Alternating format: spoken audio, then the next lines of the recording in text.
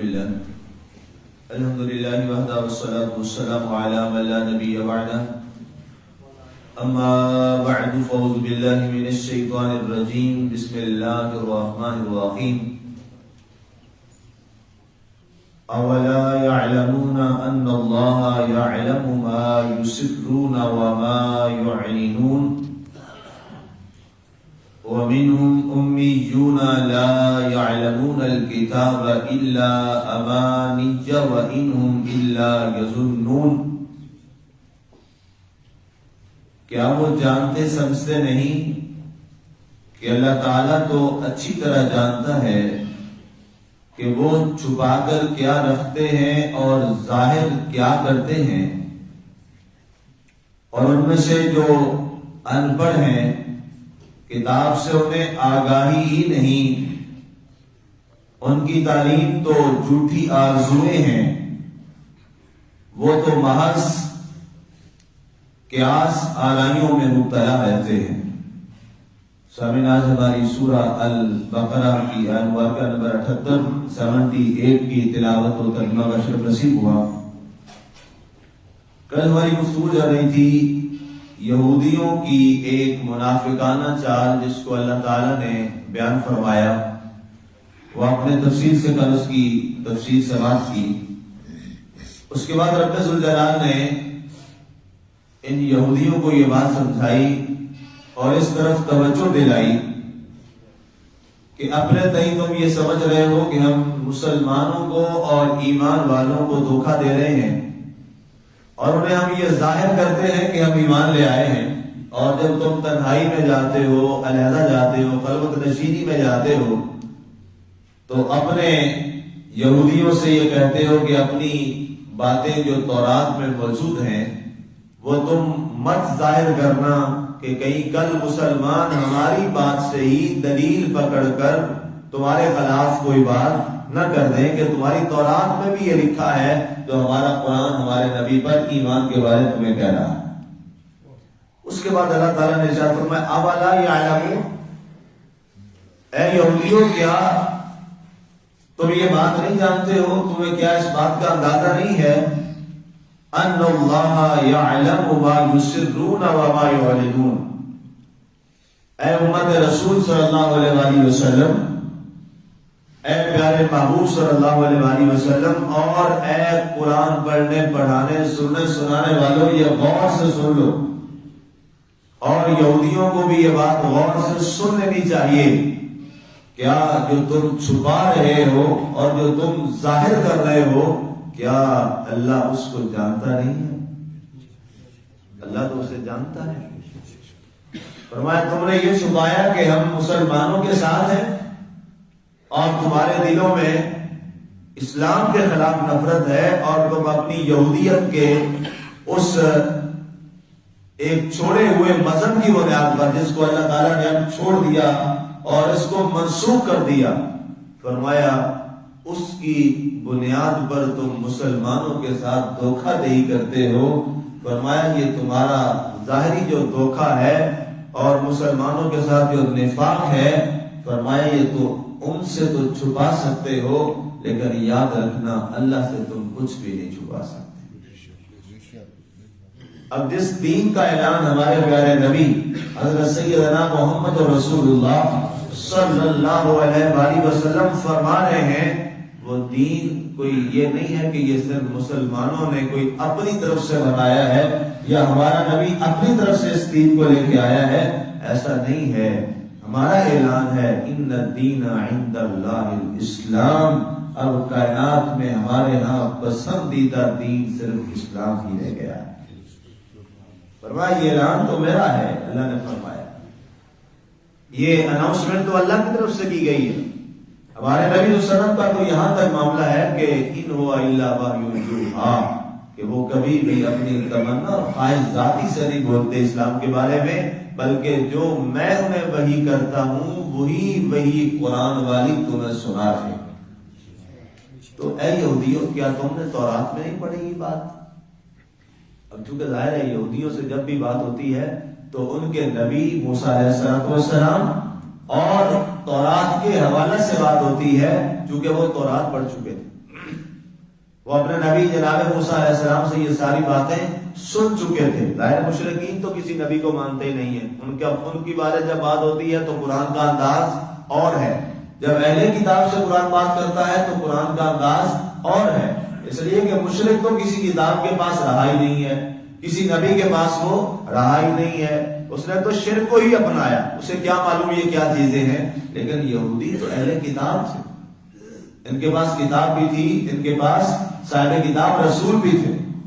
تو فرمایا کیا انہوں نے تمہیں نہ بتایا کہ اللہ تعالیٰ تمہارے ظاہر کو بھی جانتا ہے, اللہ تمہارے باطن کو بھی جانتا ہے, اللہ تمہاری چھپی ہوئی باتوں کو بھی جانتا ہے, اللہ تعالیٰ تمہاری ظاہر باتوں کو بھی جانتا ہے. تم نے چھپا کے یہ رکھا کہ تم اسلام کے دشمن ہو اور مسلمانوں کے دشمن ہو, لیکن اللہ تعالیٰ سے کچھ چھپا ہوا نہیں ہے. وَمِنْهُمْ ایک طور کی یہ منافقانہ چال کو اللہ نے بے نقاب کیا. اور جب یہ آیت مبارکہ آ گئی, اب ظاہر ہے قرآن کی یہ والی آیت مبارکہ بھی ظاہر ہے ہمارے پہلے نبی صلی اللہ علیہ وسلم پہ نازل ہوئی تو قرآن کا حصہ بنی. جبریل لے کے آئے تو یہ قرآن کا حصہ ہے. تو جب جبریل حاضر خدمت ہوئے اور بارگاہ رسالت مآب صلی اللہ علیہ وسلم میں یہ آیت مبارکہ پیش کی, تو اس کے بعد اللہ تعالیٰ کے نبی صلی اللہ علیہ وسلم نے خود یہودیوں سے براہ راست یہ بات فرمائی. فرمایا جو تم یہ عمل کر رہے ہو میرے اللہ نے مجھے یہ بتا دیا ہے, یاد رکھنا یہ تمہارا نفاق نہیں چل سکتا, اس لیے کہ میرا اللہ جو چاہتا ہے وہ کرتا ہے اور جو چاہتا ہے مجھے بتاتا ہے, اور تم جو کرو گے میرا اللہ مجھے سارے تمہارے ان بدعمالیوں کا علم وحی کی صورت میں مجھے عطا فرما دیتا. یہ ساری چیزیں اب مثال کے طور پر جب وہاں آگے پہنچیں گے تو اس پہ بات کریں گے کہ مسجد ضرار والا معاملہ دیکھ لیجیے. کیا انہوں نے ایک تدبیر بنائی, کیا تدبیر بنائی اور کس طریقے سے جناب رسالت مآب صلی اللہ علیہ وسلم کو وہاں ایک مسجد بنا کر مسجد کے اندر وہاں بلانے کی دعوت دی, اور ارادہ کیا تھا اندر شہید کرنے کا. ارادہ کیا ہے شہید کرنے کا, کہ یہاں آئیں گے اور اوپر سے پتھر گرا دیا جائے گا اور جناب رسالت مآب صلی اللہ علیہ وسلم جو ہے وہ شہید ہو جائیں گے. لیکن اللہ تعالیٰ نے وہ ان کی تدبیر تھی, لیکن غالب کیا آئی میرے اللہ کی تدبیر غالب آئی. اللہ نے فرمایا محبوب اب یہ آپ کو جو بلا رہے ہیں نا مسجد ضرار میں, یہ محبت کرنے والے نہیں ہیں کہ آپ کے یہ دین کے بڑے وفادار ہیں, یہ بنیادی طور پہ یہ منافق لوگ ہیں اور اپنے آپ کو مسلمان ظاہر کر رہے ہیں, حالانکہ نفاق ان کے اندر کوٹ کوٹ کے بھرا ہے. قرآن وہ ساری تفسیر ہے, وضاحت ہے, تفسیر کے ساتھ وہ واقعہ موجود بھی ہے. مفسرین نے لکھا, پروگرام بھی پہلے کئی بار کیا. تو کیا ہوا کہ آپ تشریف تو ضرور لے گئے, لیکن آپ کو آگاہ کر دیا گیا آپ کہاں بیٹھیں گے اور کس وقت تک بیٹھیں گے اور کس انداز سے بیٹھیں گے. یہ میرے مالک کا فیصلہ ہے. اس نے ہر چیز کو بے نقاب کر دیا. آپ دنیا سے تو چھپ سکتے ہیں, دنیا والوں سے باتیں چھپا سکتے ہیں, رب سے تو کوئی نہیں چھپ سکتا اور نہ اس سے چھپا جا سکتا ہے. آگے فرمایا ایک تو یہ منافق ہیں, اہل کتاب ہو کر یہ نفاق رکھتے ہیں. دوسری چیز وَمِنْهُمْ أُمِّيُّونَ, اور ان میں سے کچھ ایسے لوگ ہیں جو امی ہیں, ان پڑھ ہیں. اب یہاں ان پڑھ کے حوالہ سے اور امی کے حوالہ سے مفسرین نے یہ لکھا ہے کہ ایک تو یہ ہے کہ اس تورات کی ظاہر چیز کو سمجھتے ہیں, بس بعض حروف انہوں نے پڑھے ہیں لیکن اس کی حقیقت کو نہیں جانا. ایک تو یہ امی کا معنی ہے, ایک یہ کہ بالکل انہیں وہ بھی نہیں پتا. دونوں صورتیں جو ہیں وہ امی میں شامل ہیں. فرمایا وَمِنْهُمْ أُمِّيُّونَ لَا يَعْلَمُونَ الْكِتَابَ, یہ کتاب کا علم نہیں رکھتے. اب اس کے تحت مفسرین نے لکھا ہے کہ اگر کوئی شخص قرآن کے الفاظ کو پڑھ رہا ہے لیکن اسے یہ پتہ بھی نہیں ہے کہ اس الفاظ جس کی میں تلاوت کر رہا ہوں اس کا معنی کیا ہے, اس کا علم کیا ہے, تو فرمایا وہ بھی امی میں ہی آئے گا. یہ لکھا ہے علماء نے, مفسرین نے یہ بات لکھی کہ علم کا معنی کیا ہوتا ہے جاننا, سادہ سا معنی یہ تو سب کو آتا ہے. علم کا معنی کیا ہے؟ جاننا. اور جب انسان کوئی آیت پڑھ رہا ہو اور اس کو وہ جانے ہی نہ کہ اس کا معنی کیا ہے تو وہ کس میں آئے گا؟ گناہ میں آ جائے گا کہ اس کو اس بات کا علم نہیں ہے. لہذا یہ ہمارے اوپر بھی ایک فرض بنتا ہے ہم سب مسلمانوں پر کہ ہم جب اپنی کتاب قرآن کی تلاوت کریں، جب قرآن پڑھیں تو ایک پورا رکوع پڑھنے کی بجائے جس کی آپ کو سمجھ نہیں آ رہی، میری ریکویسٹ اور گزارش ہے ایک آیت پڑھ لیں لیکن ایسی پڑھیں جس کا آپ کو پتہ بھی ہو کہ میں نے جو پڑھا ہے اس کا معنی کیا ہے. یہ زیادہ افضل ہے، یہ زیادہ افضل ہے. ایک دن آئے گا انشاءاللہ اس سفر کو اللہ مکمل فرما دے گا. بندہ لگا رہے تو ظاہر ایک دن یہ سفر مکمل ہو ہی جاتا ہے. اب اس میں فرمایا گیا کہ کچھ تو ان میں اہل کتاب میں وہ بھی ایسے لوگ ہیں اور ان میں سے بہت سے ایسے لوگ ہیں جو امی ہیں. لا یعلمون الکتاب، وہ کتاب کو نہیں جانتے، کتاب کا علم نہیں رکھتے. یہ براہ راست کتاب تو ان کے حوالے سے بات چل رہی ہے، ساتھ یہ بات ہمارے لیے بھی ہے، ہر قاری قرآن کے لیے ہے، ہر قرآن پڑھنے والے تلاوت کرنے والے کے لیے کہ کیا تم تو ایسے حوالہ سے اس بات پر نہیں کھڑے ہو کہ اس کے الفاظ تو تم پڑھ رہے ہو لیکن اس الفاظ کا علم کیا ہے اور اس کے معنی کیا ہے وہ تمہیں نہیں معلوم. الا امانیچ، مگر کیا ہوتا ہے جی؟ بس بعض ایک جھوٹی آرزویں ہیں، دل کی باتیں ہیں، ٹھیک ہے، اور اس کے سوا کچھ نہیں ہے. اور اس کے بعد کیا کرتے ہیں؟